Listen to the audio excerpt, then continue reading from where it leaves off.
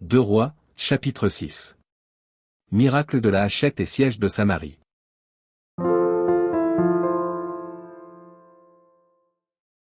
Les fils des prophètes dirent à Élisée, « Voici, le lieu où nous sommes assis devant toi est trop étroit pour nous. Allons jusqu'au Jourdain, nous prendrons là chacun une poutre, et nous nous y ferons un lieu d'habitation. » Élisée répondit, « Allez. » Et l'un d'eux dit, « Consens à venir avec tes serviteurs. » Il répondit, « J'irai. » Il partit donc avec eux. Arrivés au Jourdain, ils coupèrent du bois.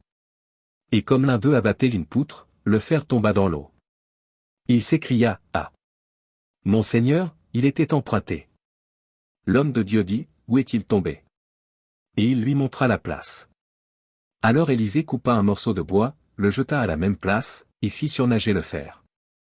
Puis il dit, « Enlève-le. » Et il avança la main, et le prit. Le roi de Syrie était en guerre avec Israël, et, dans un conseil qu'il tint avec ses serviteurs, il dit, « Mon camp sera dans un tel lieu. » Mais l'homme de Dieu fit dire au roi d'Israël, « Garde-toi de passer dans ce lieu, car les Syriens y descendent. » Et le roi d'Israël envoya des gens, pour s'y tenir en observation, vers le lieu que lui avait mentionné et signalé l'homme de Dieu. Cela arriva non pas une fois ni deux fois.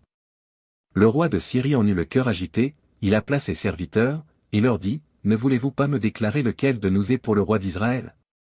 L'un de ses serviteurs répondit, « Personne. Au roi mon seigneur, mais Élisée, le prophète, qui est en Israël, rapporte au roi d'Israël les paroles que tu prononces dans ta chambre à coucher. » Et le roi dit, « Allez et voyez où il est, et je le ferai prendre. » On vint lui dire, « Voici, il est à Dothan. » Il y envoya des chevaux, des chars et une forte troupe, qui arrivèrent de nuit et qui enveloppèrent la ville. Le serviteur de l'homme de Dieu se leva de bon matin et sortit, et voici, une troupe entourait la ville, avec des chevaux et des chars. Et le serviteur dit à l'homme de Dieu, « Ah! Mon Seigneur, comment ferons-nous » Il répondit, « Ne crains point, car ceux qui sont avec nous sont en plus grand nombre que ceux qui sont avec eux. » Élisée pria, et dit, « Éternel, ouvre ses yeux, pour qu'il voie. » Et l'Éternel ouvrit les yeux du serviteur, qui vit la montagne pleine de chevaux et de chars de feu autour d'Élisée.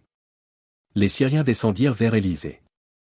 Il adressa alors cette prière à l'Éternel, « Daigne frapper d'aveuglement cette nation. » Et l'Éternel les frappa d'aveuglement, selon la parole d'Élisée.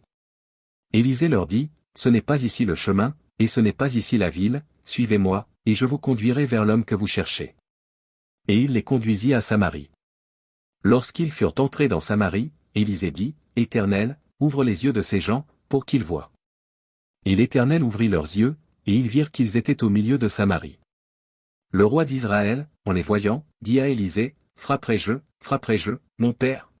« Tu ne frapperas point, » répondit Élisée, « est-ce que tu frappes ceux que tu fais prisonniers avec ton épée et avec ton arc?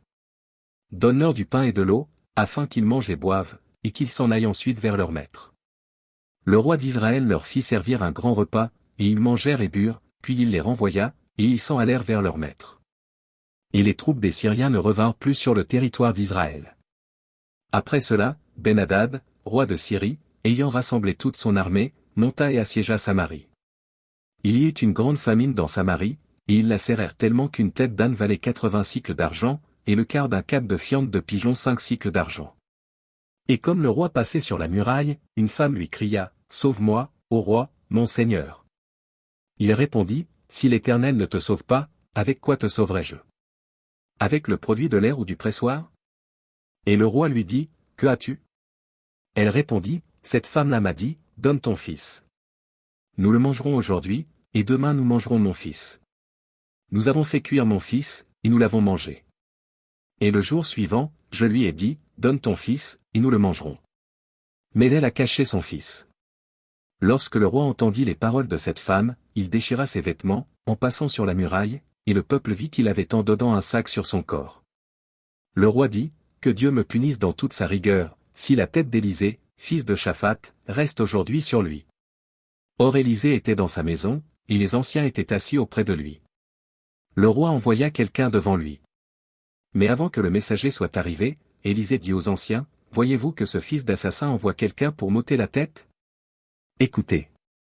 Quand le messager viendra, fermez la porte, et repoussez-le avec la porte, le bruit des pas de son maître ne se fait-il pas entendre derrière lui? » Il leur parlait encore, et déjà le messager était descendu vers lui, et disaient, Voici, ce mal vient de l'Éternel, qu'ai-je à espérer encore de l'Éternel?